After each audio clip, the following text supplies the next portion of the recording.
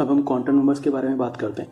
देखो quantum number 4 number होते हैं, n, l, m और s। इन चारों के कारण से हम लोग किसी एटम में किसी इलेक्ट्रॉन की लोकेशन को पता कर सकते हैं, उसकी एनर्जी को पता कर सकते हैं, है ना, वो कौन से ऑर्बिटल में है इसके बारे में हम लोग पता कर सकते हैं। इस तरीके से हम लोग डिफरेंट इन्फॉर्मेशन इलेक्ट्रॉन्स के बारे में ले रहे होते हैं। ठीक है, अब देखो हम लोग को इसके बारे में पढ़ने से पहले कुछ चीज़ें बहुत ही अच्छी तरीके से पता होनी चाहिए, क्योंकि हम लोग ये कोर्स एज ए रिविजन पढ़ रहे हैं, तो जो मैं बोल रहा हूँ वो हम लोग उन्हें पहले से सुना हुआ है। ठीक है, जैसे एनर्जी लेवल्स को हम लोग सेल्स बोलते हैं, इनको हम लोग KLMN से रिप्रेजेंट करते हैं। फिर सब लेवल्स को हम लोग सब सेल्स भी कहते हैं, इसको हम लोग SPDF से रिप्रेजेंट करते हैं। फिर आता है ऑर्बिटल्स को हम लोग S, PX, PY, PZ वगैरह से रिप्रेजेंट कर रहे होते हैं। हम लोग को इन तीनों में डिफरेंस ध्यान रखना होता है। स्टूडेंट्स इन तीनों में कंफ्यूज हो आते हैं कि कौन सा क्या है। एनर्जी लेवल्स या एनर्जी सेल्स के अंदर सब सेल्स होते हैं या सब लेवल्स होते हैं, और सब सेल्स और सब लेवल्स के अंदर ऑर्बिटल्स होते हैं। ठीक, तो जो N है ना वो एनर्जी लेवल्स के बारे में बताता है, ये जो L है वो सब लेवल्स के बारे में बताता है, फिर बाद में जो M आएगा वो ऑर्बिटल्स के बारे में बता रहा होता है। इन तीनों वर्ड्स को हम लोगों को बहुत अच्छी तरीके से समझना है, इनमें डिफरेंस ध्यान रखना है कि कौन सा क्वांटम नंबर कहाँ पर काम आ रहा है। ठीक है, बस गड़बड़ यही होती है। अब हम लोग इनके बारे में बात करते हैं। पहला है प्रिंसिपल क्वांटम नंबर, इसको हम लोग N से लिखते हैं। ये क्या बता रहा होता है, ये एनर्जी लेवल्स के बारे में बता रहा होता है। देखो जैसे हम लोग बताते हैं ना, ये हमारे पास में न्यूक्लियस है, ये पहला एनर्जी लेवल है, ये दूसरा एनर्जी लेवल है, फिर ये तीसरा एनर्जी लेवल है, इनके बारे में ये बता रहा होता है।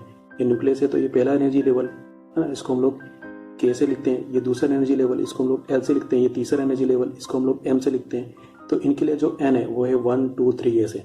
तो K के लिए हम लोग 1 यूज करते हैं, L के लिए हम लोग 2 यूज करते हैं, M के लिए हम लोग 3 यूज करते हैं, N के लिए हम लोग 4 यूज करते हैं। ठीक है, ये एक्चुअली हम लोगों को क्या बता रहा होता है कि इलेक्ट्रॉन्स कहाँ तक है ना, तो ये एक्चुअली इलेक्ट्रॉन क्लाउड के बारे में बता रहा होता है या उसके साइज के बारे में बता रहा होता है। साथ साथ में ये भी बोल रहा होता है कि जो हमारे पास में एटम है ना उसकी रेडियस क्या है ना, या फिर ये बोल दो कि जो इलेक्ट्रॉन है उसकी न्यूक्लियस से डिस्टेंस क्या है या एवरेज डिस्टेंस क्या है।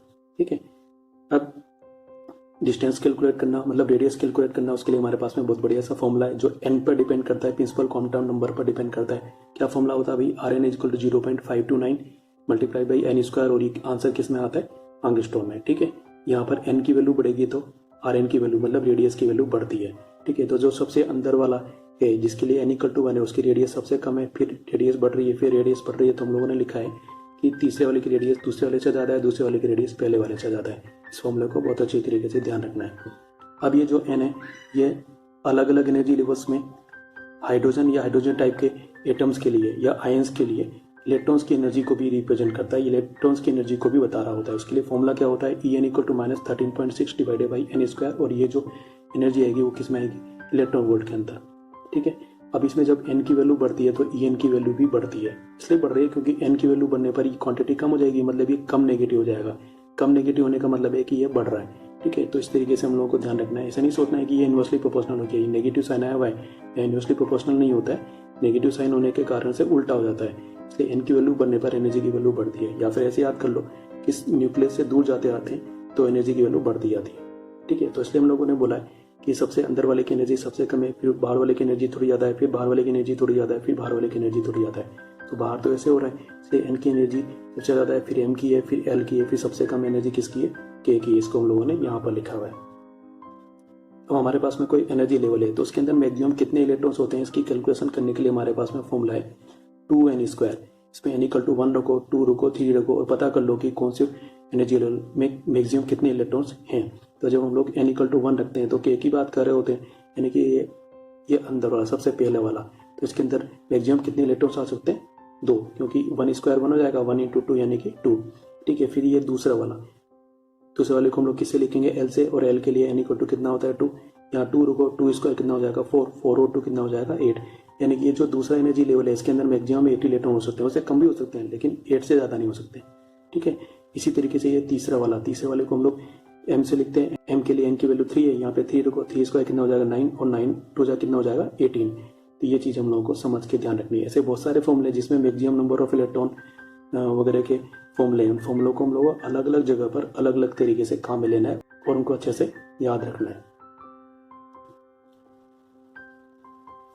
नेक्स्ट क्वांटम नंबर है हमारे पास में एजीमुथल क्वांटम नंबर या एंगुलर मोमेंटम क्वांटम नंबर। इसको हम लोग स्मॉल l से लिखते हैं, और ये हम लोगों को ये बता रहा होता है कि किसी सेल के अंदर या किसी एनर्जी लेवल के अंदर कितने सब सेल्स हैं। ठीक है, इसको हम लोग कैसे काम में ले रहे होते हैं, कोई भी एन हम लोगों को दे रखा है तो एल की वैल्यू 0 से लेकर n-1 तक जाएगी। जैसे मान लो हम फर्स्ट एनर्जी लेवल की बात करेंगे तो फर्स्ट में n इक्वल टू 1 हो गया, यहाँ पे 1-1 कितना हो जाएगा 0, यानी कि एल की वैल्यू 0 से 0 तक मतलब 0 ही रहेगी। ये इसका मतलब, इसको हम लोग अभी देखते हैं थोड़ी देर में। ठीक, अब जब हम लोग एल कैलकुलेट करेंगे तो 0 आएगा, 1 होएगा, 2 होएगा, 3 होगा, ये सब इंटीजर ही तो हैं। तो जब एल इक्वल टू 0 होता है तो उसको हम लोग एस सबसेल कहते हैं, जब एल इक्वल टू 1 होता है तो उसको हम लोग पी सबसेल कहेंगे, जब एल इक्वल टू 2 होगा तो उसको हम लोग डी सबसेल कहेंगे, और जब एल इक्वल टू 3 होगा तो उसको हम लोग एफ सबसेल कहेंगे। ठीक, अब देखो हम लोग 1 बाई 1 अलग अलग एनर्जी लेवल की बात करते हैं। के एनर्जी लेवल के लिए जो सबसे अंदर वाला है उसके लिए एन की वैल्यू 1 होती है, तो यहाँ पर हम 1 रखेंगे तो 1-1 0 हो जाएगा, जो 0 से लेकर 0 तक जाना है यानी कि 0 ही रहेगा। तो यहाँ पर हम लोगों को खाली एक वैल्यू मिलेगी और वो किसके लिए होगी, एस के लिए होगी, क्योंकि एल इक्वल टू 0 पर कौन सा सबसेल है, एस। नेक्स्ट हमारे पास में दूसरा वाला energy level n equal to 2, यहाँ पर हम 2 रखेंगे तो 2-1 यानी कि 1 हो जाएगा, तो एल की वैल्यू 0 से लेकर 1 तक जाएगी, 0 और 1। ठीक है, तो दो वैल्यू हम लोगों को मिलेंगे 0 और 1। तो जो 0 वैल्यू है वो एस के लिए है और ये जो 1 वैल्यू है किसके लिए, पी के लिए। इसका मतलब एल में दो तरह के सबसेल्स होंगे, एक तो एस वाला सबसेल होगा ना, और पी वाले सबसेल होंगे, दो टाइप के सबसेल होंगे। इसी तरीके से थर्ड में एन इक्वल टू 3 उसको हम लोग एम से लिखते हैं, तो जब हम एन इक्वल टू 3 रखेंगे तो 3-1 यानी कि 2, तो एल की वैल्यू 0, 1 और 2 तक जाएगी। यहाँ पर हम लोगों को एल की 3 वैल्यूज मिलेंगी, तो 0 के हिसाब से जो हमारे पास में सबसेल आएगा वो एस आएगा, 1 के हिसाब से जो सबसेल आएगा वो पी टाइप का आएगा, और 2 के हिसाब से जो सबसेल आएगा वो डी टाइप का आएगा। इस तरह से ये वर्क कर रहा होता है। अब देखो जब n की वैल्यू 1 है तो हम लोगों को एक सबसेल मिल रहा है, जब n की वैल्यू 2 है तो हम लोगों को दो सबसेल मिल रहे हैं, एस और पी। जब n की वैल्यू 3 है तो हम लोगों को 3 सबसेल मिल रहे हैं, एस, पी और डी। तो जब n की वैल्यू 4 होगी तो हम लोगों को 4 सबसेल मिलेंगे, एस, पी, डी और एफ। तो इसको हम लोगों ने ये लिख रखा है कि number of subcells in a given cell is equal to क्या हो जाएगा, number of principal quantum number. ठीक है, फिर अब ये जो एस, पी, डी, एफ होता है इसमें एस से एफ की तरफ जाएंगे तो इनकी एनर्जी बढ़ेगी, लेकिन किसके लिए, एक पर्टिकुलर गिवन सेल के लिए। जैसे मान लो हमारे पास में ये न्यूक्लियस है तो ये हमारा फर्स्ट सेल है, ये हमारा सेकंड सेल है, ये हमारा थर्ड सेल है। इस टाइप से मान लो सेकंड सेल में हमारे पास में देखो सेकंड सेल में क्या है, एस और पी है, यहाँ पे एस और पी है, फिर थर्ड सेल में भी एस और पी है। तो ये एस और पी में जो कंपैरिजन हम लोगों ने लिख रखा है ये सेकंड वाले के लिए यही लिखा हुआ है। फिर अगला जो कंपैरिजन होगा वो इन दोनों थर्ड वाले के एस और पी के बीच में होगा। ऐसा नहीं है कि हम लोग इसके एस की का कंपैरिजन इससे कर रहे हैं, ऐसा नहीं कर रहे। गिवन सेल के अंदर ही हम लोग एस और पी का कंपैरिजन कर रहे हैं, वो ये। ठीक है, तो एक गिवन सेल के अंदर एफ की एनर्जी सबसे ज्यादा होती है, फिर डी की थोड़ी कम होती है, फिर पी की उससे कम होती है, फिर एस की सबसे कम होती है। ठीक है, अब देखो मैं इलेक्ट्रॉन्स की बात कर ही रहा था, यहाँ पर सब सेल के अंदर मैक्सिमम नंबर ऑफ इलेक्ट्रॉन्स कितने होते हैं, 2 × 2l+1। ठीक है, इसको कैलकुलेट करना है तो कर लो। l इक्वल टू 0 के लिए यानी कि s के लिए यहाँ पर 0 रखो तो यहाँ पे कितना आएगा 1, तो 2 × 1 कितना आएगा 2, यानी कि s के अंदर मैक्सिमम 2 इलेक्ट्रॉन हो सकते हैं और ये हम लोग करते रहे। ठीक है, फिर p के लिए l इक्वल टू 1 रखना पड़ेगा, यहाँ पे 1 रखो तो 2 × 1 यानी कि 2, 2 और 1 कितना हो जाएगा 3, 3 और 2 कितना हो जाएगा 6, यानी कि p के अंदर मैक्सिमम 6 इलेक्ट्रॉन्स हो सकते हैं, है ना। मैक्सिमम की बात करें, मिनिमम भी हो सकता है, मिनिमम तो 0 ऐसे वेरी कर सकता है, लेकिन मैक्सिमम 6 से ज़्यादा इलेक्ट्रॉन्स नहीं हो सकते। ऐसे डी के अंदर मैक्सिमम 10 इलेक्ट्रॉन्स हो सकते हैं और एफ के अंदर मैक्सिमम 14 इलेक्ट्रॉन्स हो सकते हैं। ठीक है, तो ये फॉर्मूला यदि हम लोगों को पूछता है तो याद रखेंगे, ये तो वैसे भी ध्यान रह जाता है।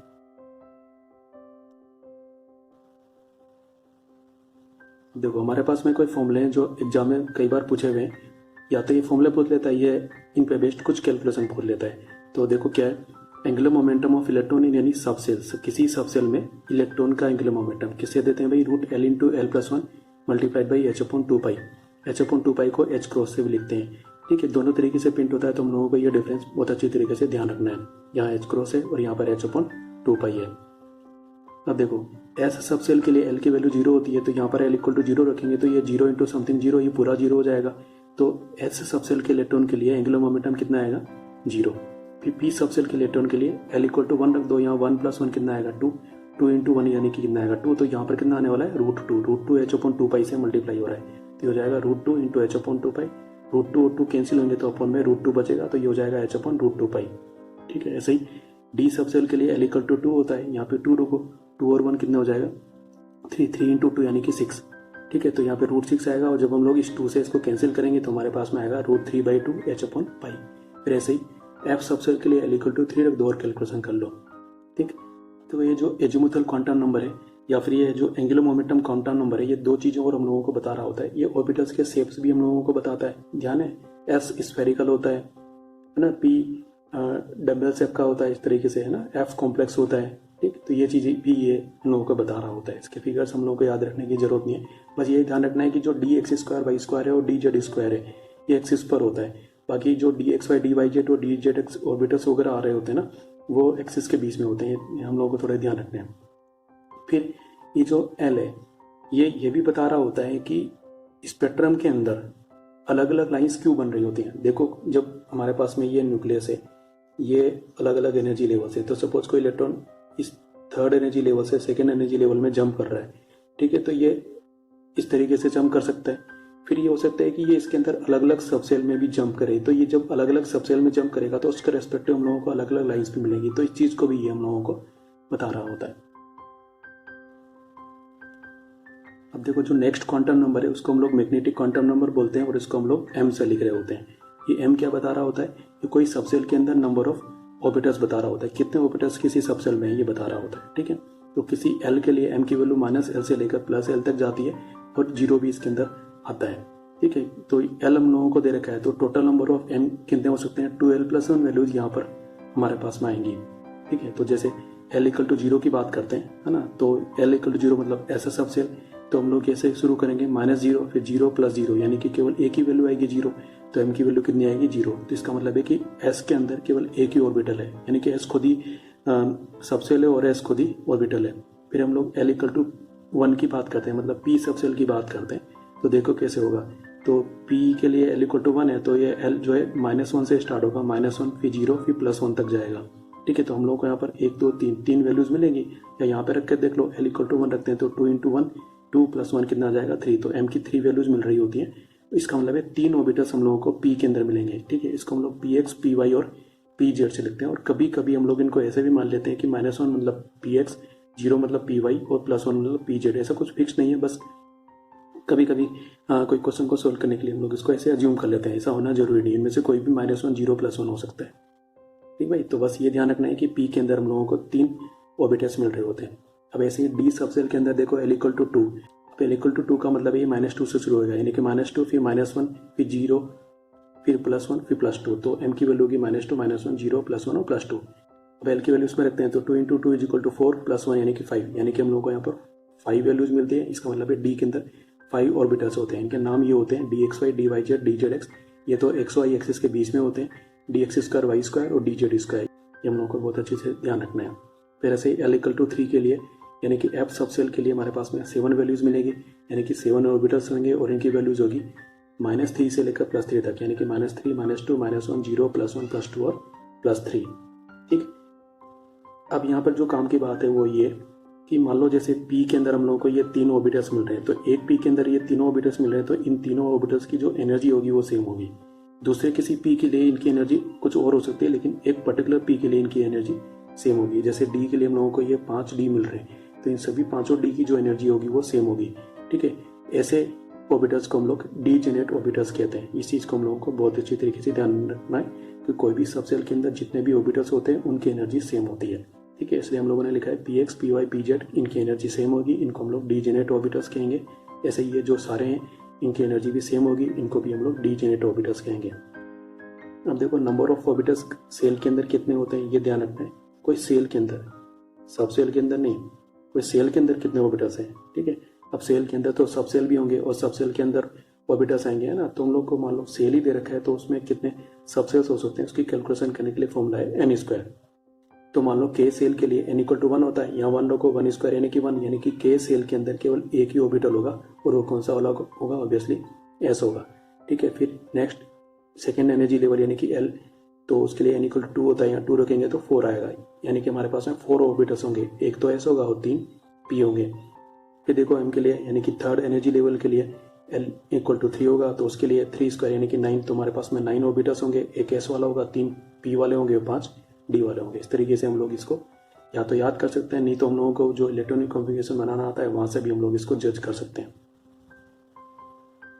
अब लास्ट क्वांटम नंबर है हमारे पास में स्पिन क्वांटम नंबर। इसको हम लोग s से लिखते हैं और कभी कभी इसको m सबस्क्रिप्ट s से भी लिखा जाता है। ये जो स्पिन क्वांटम नंबर है ये क्या बता रहा होता है? देखो, जो इलेक्ट्रॉन है वो न्यूक्लियस के चारों ओर एनर्जी लेवल्स में रिवॉल्व हो रहा होता है, चक्कर लगा रहा होता है। उसके साथ साथ में इलेक्ट्रॉन खुद भी घूम रहा होता है, खुद जैसे बॉल अपनी एक्सिस पे घूमती है, जैसे लट्टू घूमता है, ऐसे ये भी अपने एक्सिस पे घूम रहा होता है, जिसको हम लोग स्पिन करना कहते हैं।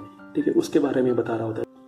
और कोई भी चीज़ है तो वो अपने एक्सिस पर दो तरीके से घूम सकती है, या तो वो इस तरीके से घूम ले एंटी क्लॉकवाइज, या फिर वो ऐसे घूम ले क्लॉकवाइज ना। तो उस हिसाब से हमारे पास में एस की दो वैल्यूज हैं, एक तो +12 और दूसरा -12।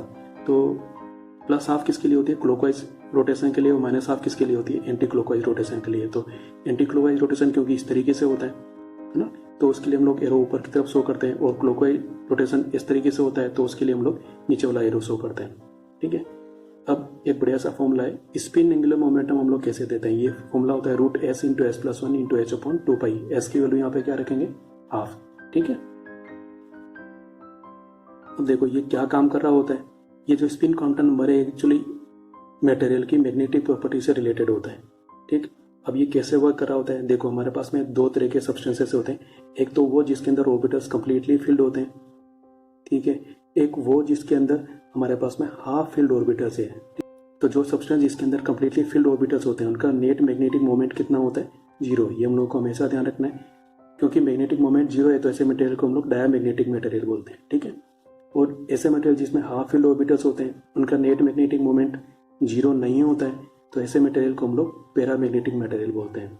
ठीक, अब जहाँ पे मैग्नेटिक मोमेंट 0 नहीं है तो इसका मतलब है कुछ ना कुछ अनपेयर्ड इलेक्ट्रॉन्स हैं, तो उसके मैग्नेटिक मोमेंट को कौन से फॉर्मूले से कैलकुलेट करते हैं?